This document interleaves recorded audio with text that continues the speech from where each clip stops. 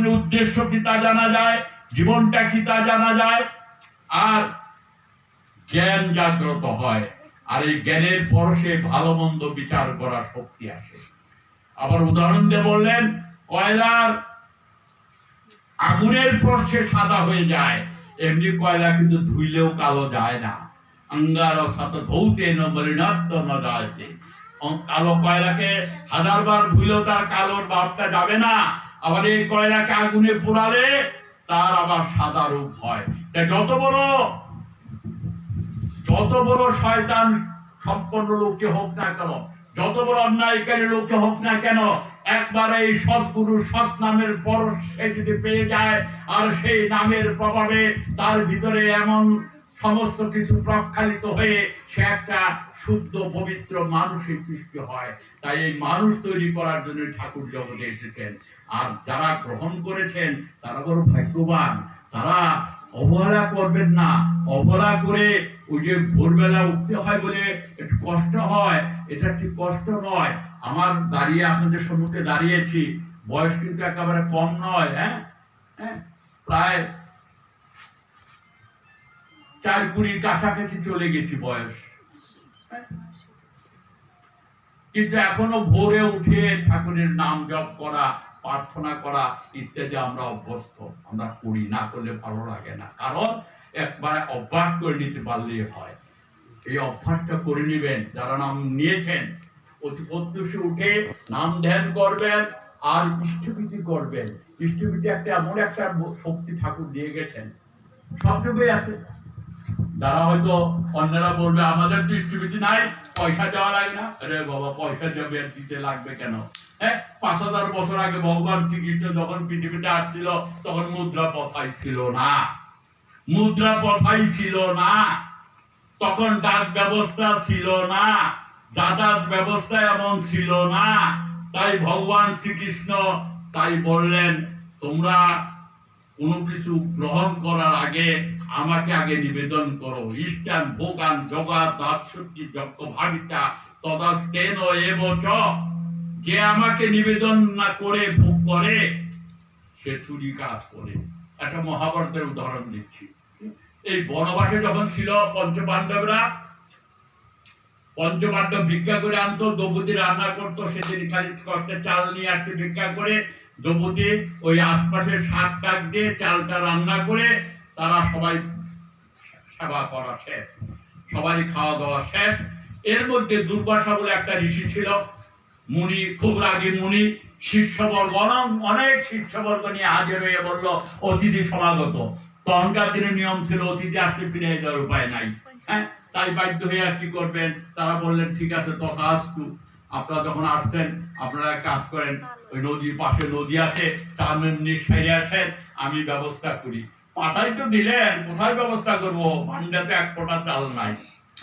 তাই নিরুপায় হয়ে পঞ্চপাণ্ডব তো মুখ হা করে বসে আছে, কি করবে কি না করবে ভাবতে পারছে না।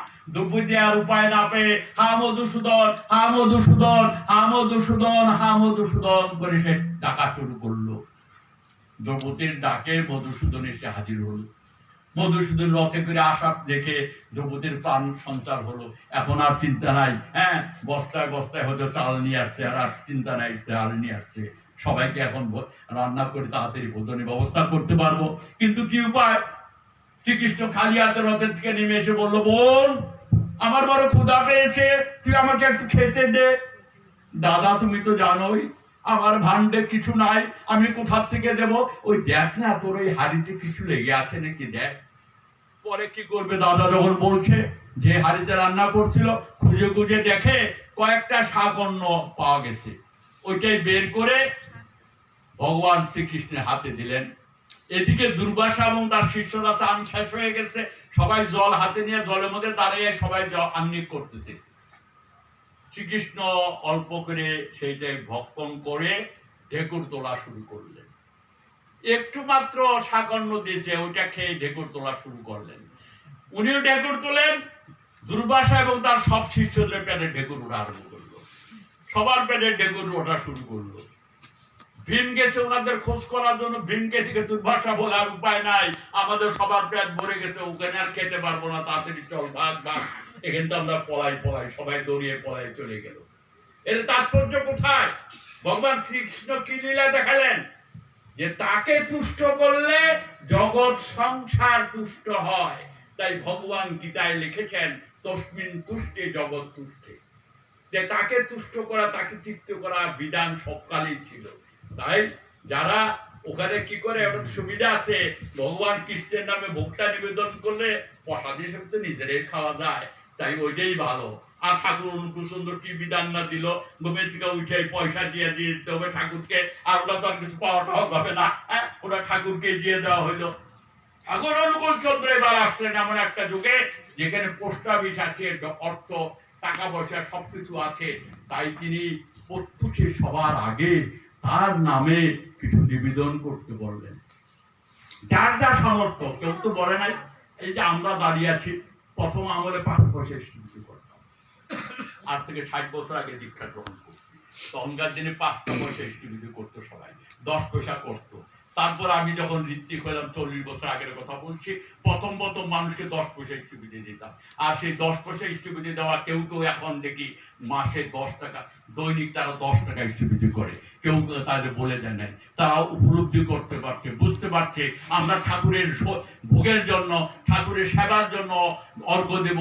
এই 10-20 পয়সা 1 টাকা 2 টাকার কাজ নয়, কমপক্ষে 10টা টাকা দিতে হয়। বপরটা একটা গ্রুপে আছে 50 টাকা ডেলি ইস্টিবিটি করে, 100 টাকা ইস্টিবিটি করার লোক দেখেছি আমার জীবনে।